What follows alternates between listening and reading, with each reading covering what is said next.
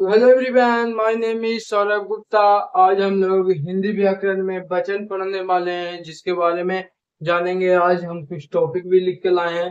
वचन किसे कहते हैं उसके बारे में जानेंगे। वचन के कितने प्रकार होते हैं वो जानेंगे, और उसके भेद जानेंगे, यानी उसके परिभाषा। तो चलिए हम लोग बढ़ते हैं अपने टॉपिक की ओर। वचन वचन किसे कहते हैं? वचन शब्द के जिस रूप से किसी व्यक्ति, वस्तु, प्राणी या स्थान के एक या एक से अधिक होने का बोध हो, उसे हम लोग वचन कहते हैं। एग्जाम्पल में जैसे देख लीजिए, लड़का, लड़के, घर, कलमे,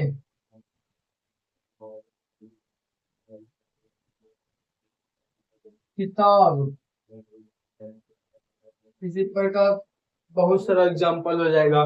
तो चलिए अब हम लोग वचन के मुख्य दो भेद होते हैं। वचन के मुख्य रूप से दो भेद होते हैं। जैसे पहला होता है एक वचन और दूसरा होता है बहुवचन।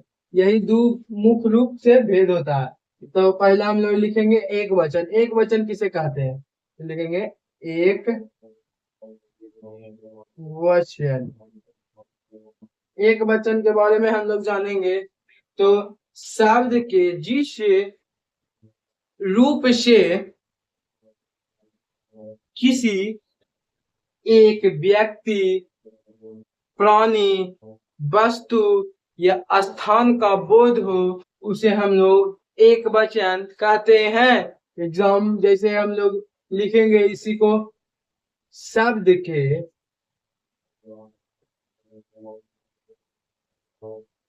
जिस रूप से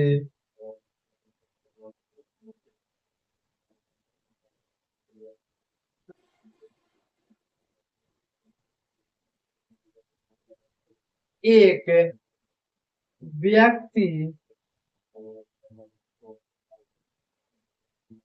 वस्तु,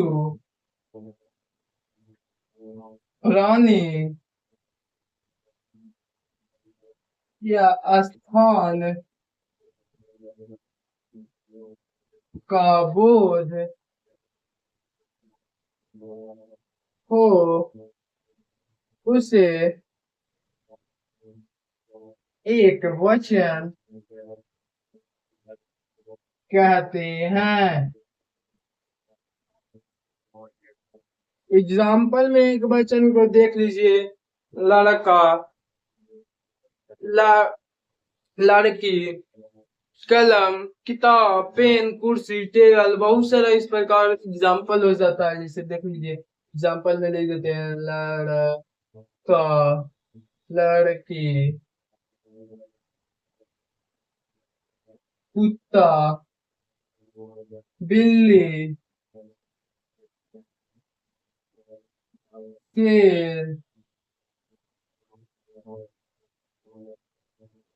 कलकत्ता,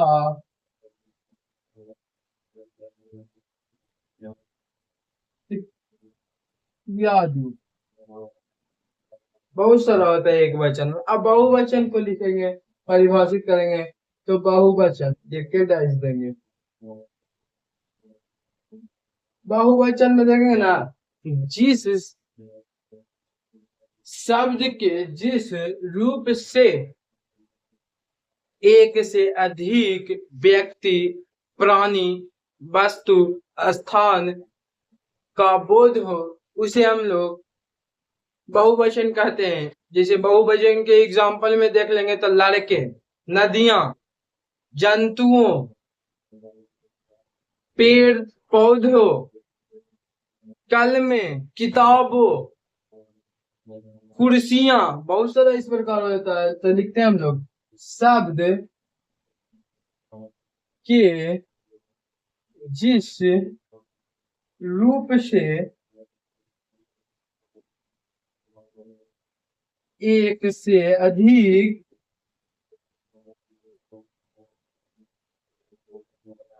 व्यक्ति,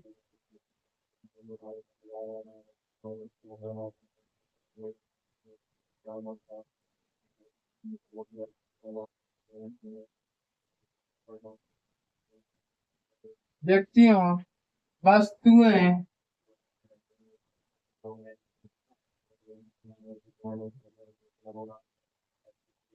प्राणियों का बोध हो,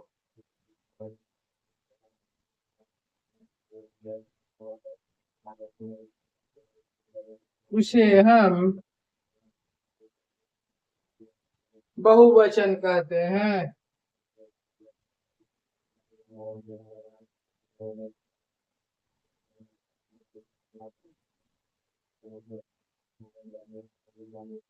एग्जाम्पल में देख लीजिए, नदी,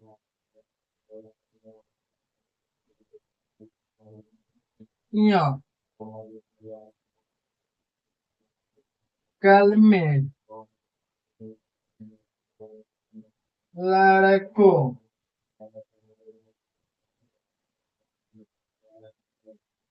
घोड़ों,